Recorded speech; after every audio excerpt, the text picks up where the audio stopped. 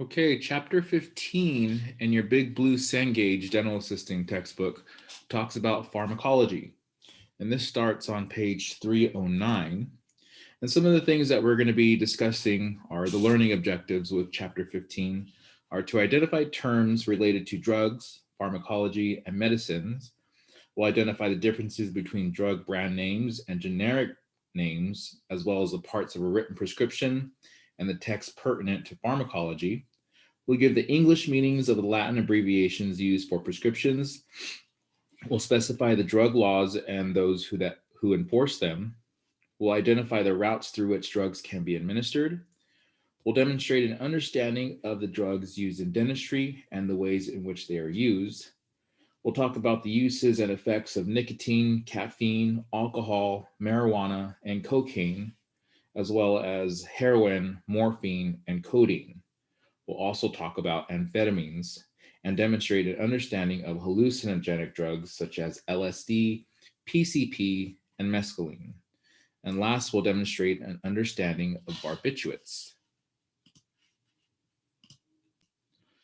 The dental assistant must have the knowledge about pharmacology, side effects of drugs, and the interactions that can take place when more than one drug is in use. A drug is a substance that can change life processes within the body. Medicines are drugs that are used to treat people. When a drug causes an unintended result, this result is termed a side effect. Drug interaction occurs when one drug changes the effect of another drug by increasing or decreasing its intended result. Addiction means that a person has been physically dependent on a drug. Some people become psychologically dependent on drugs, meaning that a strong emotional need causes the person to crave it. So there's a difference between addiction and physically or psychologically dependent. These drugs are called habit forming drugs. And again, any drug that is used to treat a disease is known as a medicine. Brand names, also known as trade names, are drugs that are assigned to the drug by the manufacturer. These drugs are capitalized and are registered with trademarks, whereas generic names can be used by any business. And these drugs are not capitalized, or the names aren't capitalized. And it's also unprotected, meaning that another pharmaceutical company can make their own version of the drug. Because of that, it's less expensive, which can be attractive for some people, a lot of people actually. And just an example of what a generic name would be, aspirin is the generic name for Bayer. So Bayer is a brand name for aspirin. Legally, prescriptions can only be written by physicians, dentists, and physician assistants.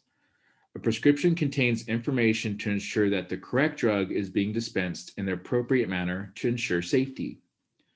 The heading of the prescription includes the doctor's name and their degree that they hold, the address of his or her office, and the phone number that they can be reached. The superscription is located directly below the heading and contains blank lines for the patient's information, like their name, date of birth, and address. The body of the prescription includes the RX symbol and is the area where the doctor will write the inscription and subscription. This is the drug, the dose, and the form of medication, as well as any special instructions to the pharmacist. The doctor's signature, refill information, and generic allowance are included in the closing of the prescription.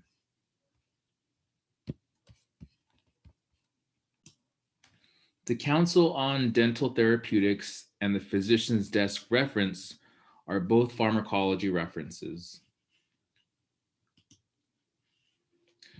Again, going over some parts of the prescription, it includes the heading, the superscription, an RX symbol, an inscription, the subscription, the signature of the doctor prescribing the medication, a signature for generic if the doctor allows for a generic drug to be used, and then a refill. These are all included in the labeling of the prescription. Latin abbreviations are used to inform pharmacists about dosage. And just a few examples of what these look like or mean. AA in English AA is a Latin abbreviation for the English phrase of each. AC means before a meal. BID means twice a day. And if BID means twice a day, TID means three times a day. Again, TID means 3 times a day. QID means 4 times a day. QH means every hour. Q4H means every 4 hours. So Q8H would mean every 8 hours. SIG means to take. PC means after meals. Again, PC means after meals. And PRN means when necessary or as needed. So as a dental check, let's say we have a prescription that reads amoxicillin 500 milligrams.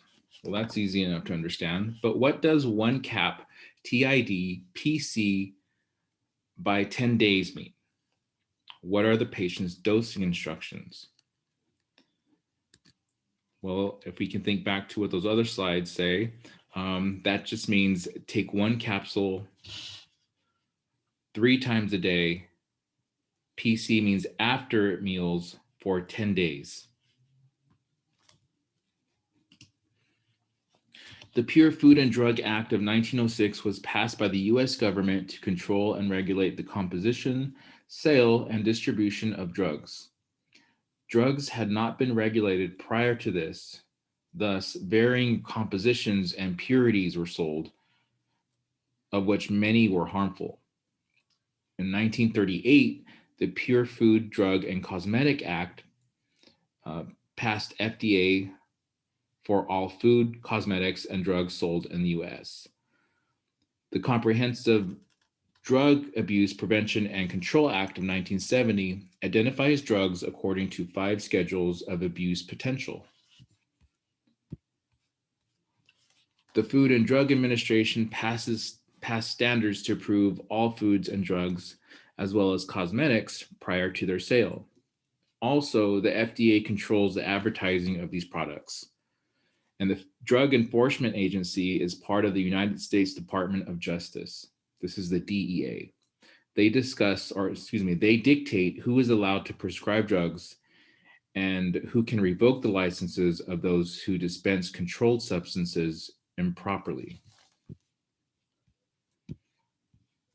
So going over some of these schedules of drugs, Schedule 1 drugs have a high potential for abuse and are not accepted for medical use at all. These are things like heroin, LSD, and mescaline. And although Schedule 2 drugs also have a high potential for use, they are acceptable for medical use. However, they do have safeguards in place, such as not allowing refills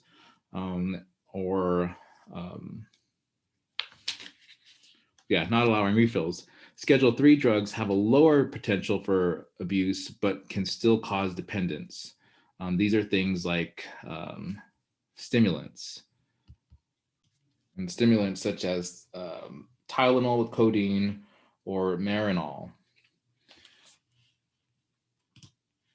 Schedule 4 drugs have less potential for abuse and are acceptable for medical use and have a limited dependency. These are things like anxiety drugs like Xanax. Schedule 5 drugs are called over-the-counter or OTC drugs and have the least potential for abuse. And just to put it into perspective, Schedule 1 drugs have a higher abuse potential and are more dangerous than Schedule 5 drugs. So which drug schedule does Tylenol with codeine fall under? That's a Schedule 3 drug. So dental assistants and the law. The dental assistant is responsible for maintaining proper records of drugs dispensed, prescriptions, controlled substances in the office, as well as serving as the point of person or the liaison for pharmaceutical reps and the pharmacists. Pharmo- Pharmacokinetics is the study of drug action. And pharmacokinetics describes the absorption, the rate of absorptions, describes the distribution of the drug across the human body, talks about the metabolism or how the body breaks down the drugs and which parts of the body is used, which part of the body or which organ is used to break down the drug. And excretion is a process of eliminating the drug from the body. All of these are stages of drug actions in regards to pharmacokinetics. Drugs are administered in several different ways. Oral administration is the most common method. Tablets, capsules, pills, and liquids are taken orally. Topical medications such as ointments, lotions, gels, and creams are applied to the surface of the skin or mucosa. Gases and aerosols are examples of drugs that are inhaled and are used to get medications into the lungs quickly. Sublingual drugs involve placing the medication underneath the tongue to dissolve, and rectal medications are not used in the dental office, thank goodness, but are used when oral administration is not recommended. Injecting medications directly into the vein is intravenous, and intramuscular administration involves injecting a substance into the muscle tissue. Injecting a substance under the skin is called subcutaneous administration. So that's just a little bit more shallow than intramuscular. So it's the least shallow is subcutaneous, and if it has to go further than that into the muscle, it's going to be known as an intramuscular administration or intramuscular injection. And injecting under the epidermis is called intradermal. Transdermal administration involves placing a patch to the skin to supply a constant or controlled flow. And speaking of transdermal, I just gave it away. Which route of administration is shown in the picture? Well, Mr. Mike just said transdermal, so that's the answer. So that's what a transdermal patch looks like, and it has medication that is used to soak through the skin and into the bloodstream. Staff should recognize the signs and symptoms of those who are under the influence of drugs. They should also be aware of the interaction of prescribed drugs and illegal drugs. So, what does that mean? Well, let's talk about some of them. So, analgesics reduce pain without causing a lot of sensation. Over-the-counter drugs include ibuprofen, aspirin, and acetaminophen. Analgesics that are prescribed are codeine and morphine. Nausea, vomiting, constipation, and breathing difficulties are just some of the common side effects of analgesics. Antibiotics are a group of aminoglycosides, cephalosporins, penicillins, and tetracyclines that treat infection. Antibiotics are ineffective against viral infections but work against bacteria. Antibiotics are sometimes prescribed to prevent infections before an infection starts, or let's say a dentist suspects that a tooth may get infected or that something may happen. Sometimes they'll prescribe antibiotics as a preventative measure. Some of the side effects include nausea, diarrhea, and allergic rash. The first group of antibiotic drugs to be discovered was penicillins. These are still used to treat things like tonsillitis, bronchitis, and pneumonia. And individuals who become sensitive to one type of penicillin can usually use another group or derivative of penicillin, And some of these are penicillin V, penicillin G, benzathine, amoxicillin, ampicillin, and cloxacillin. Those that are allergic to penicillin and its derivatives um, are often prescribed erythromycin. This is usually used by children or anybody that's allergic to penicillin in place of tetracycline. This can be taken as a capsule, liquid, injection, or an ointment. Side effects include stomach pain, nausea, vomiting, and diarrhea. And in order to reduce secretions from the lungs prior to surgery, anticholinergics are prescribed as a pre-medication. Bradycardia, or the abnormally slow heart rate, is treated with anticholinergics. Anticholinergics. And these are also used to dilate the eyes in ophthalmologic examinations.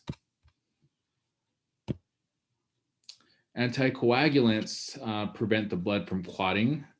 One example of one of these drugs is heparin. And heparin should be used cautiously because too much of it can lead to bleeding complications. Especially in the dental office, whenever we're going to be doing things like oral surgeries or extractions where we're going to cause the patient to bleed, it's important that we want to make sure that they're not on any type of anticoagulants, especially heparin.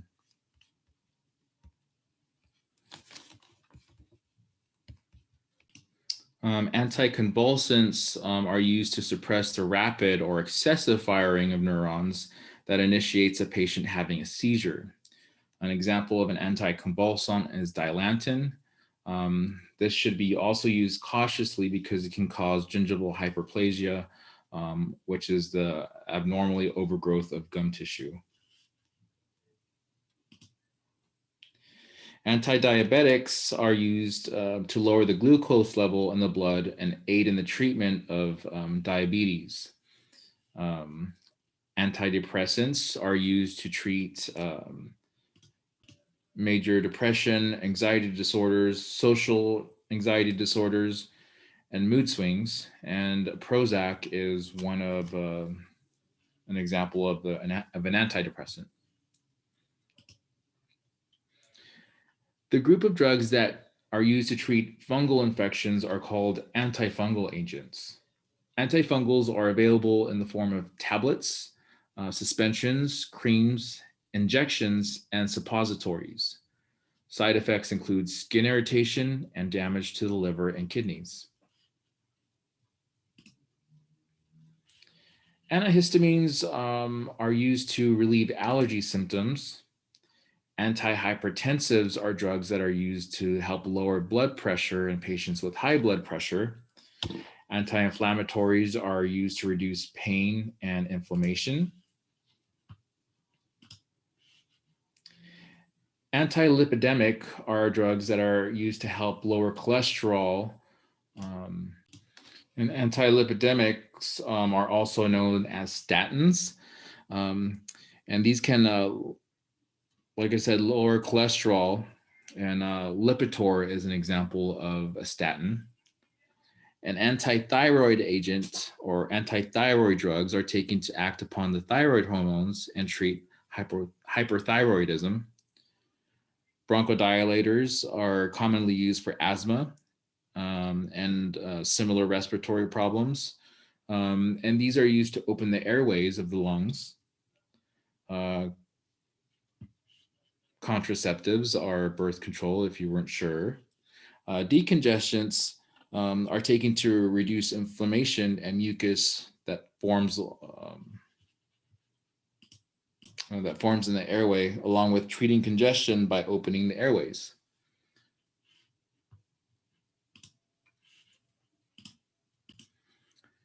Diuretics are used to increase the excretion of water from the body and are also used to treat edema, which is swelling.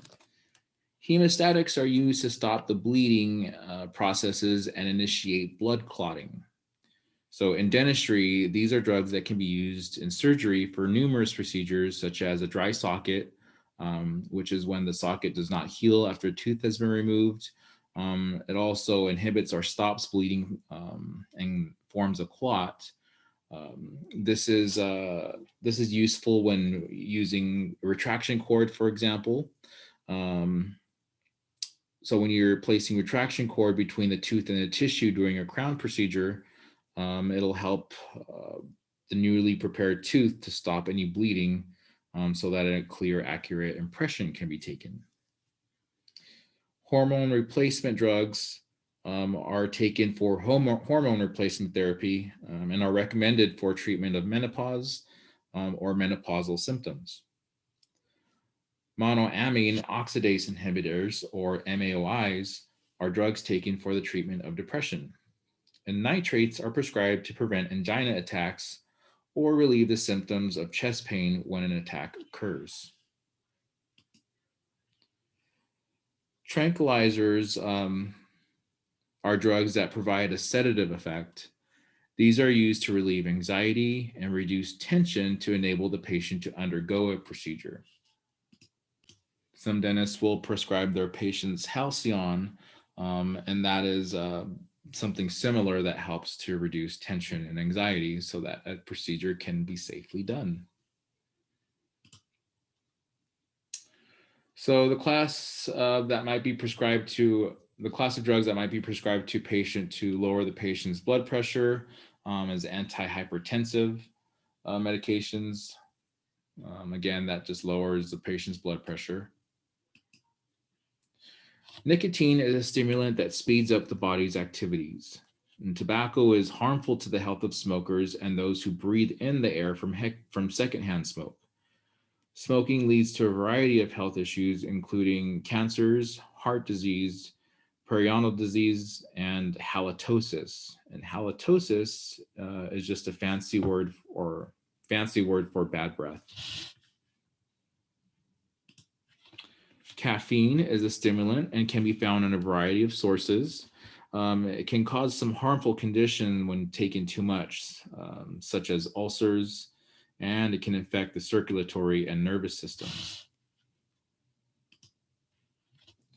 Alcohol is one of the oldest known drugs. Um, it has no useful purpose, and it is a depressant and slows down the reactions of the body processes. Alcohol may result in cirrhosis of the liver and can cause birth defects if it's drank by women that are pregnant. Although marijuana is an illicit drug, it is prescribed for cancer patients to decrease nausea and regurgitation. Marijuana increases the heart rate, damages the lung tissue, and causes disorders to the reproductive system. It can also cause a deterioration in coordination and affects thinking and speech. Cocaine is very addictive, and as a result, it is rarely, if ever, used as a prescription. Heart conditions, mental disorders, violent behaviors, and death have all been reported as a symptom of cocaine use. Narcotics are addictive depressants that are used to relieve pain. Morphine and codeine are prescribed by dentists as painkillers. Heroin is an illegal drug that is highly addictive and destructive to the body. It is the most addictive of the narcotic drugs and is said that a person can become addicted with the first use. Amphetamines are stimulants that increase the heart rate, respiratory rate, and blood pressure. Once used to treat obesity, amphetamines are now used to treat narcolepsy and ADHD.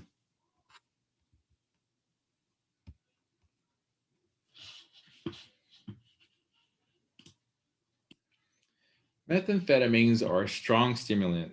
They often cause temporary effects of euphoria, high self esteem, increased libido, and heightened alertness. They're commonly called their street names like that are known as ice, meth, crystal meth, crank, quartz, speed, or the poor man's cocaine. The use of methamphetamines can cause serious health problems as well as serious problems to the mouth and teeth. Research shows that about 20% of methamphetamine addicts develop psychoses resembling schizophrenia that can last 6 months or more after methamphetamine use has been discontinued. Methamphetamine causes many oral problems for the users. If you weren't sure, if you ever heard of the term meth mouth, it's very common in people that use methamphetamines, where we see high rates or rampant decay throughout all of the teeth, including the fronts or the facial surfaces of the front teeth. And when high, the user craves sugar and carbonated beverage, and flossing and brushing often does not occur. Methamphetamines also have a high acid content because it is made from antifreeze, over-the-counter cold medications, drain cleaner, lye, iodine, lantern fuel, battery acid, and numerous other acidic products that are terrible for teeth. So methamphetamines is bad. Hallucinogenic drugs that are abused are some of the common ones are LSD, PCP, mescaline, and psilocybin. The combination of marijuana and alcohol produces the same symptoms of hallucinogens, such as hearing and seeing things that do not exist. Barbiturates are sedative drugs that depress the brain activity. And these are things like amobarbital, pentobarbital, secobarbital, and phenobarbital. And these are sometimes given to dental patients with severe anxiety. So, which illegal drug has become a big problem in the US? If you guessed methamphetamines, you are right. It's a big problem in the US. Herbal preparations and other alternative medications are not approved by the FDA. Patients should be cautioned that the effects of these drugs are not based upon facts. And if patients are inquiring about these preparations, the dentist should be consulted. That's all I have for chapter 15. Thanks for listening. Let me know if you have any questions, please.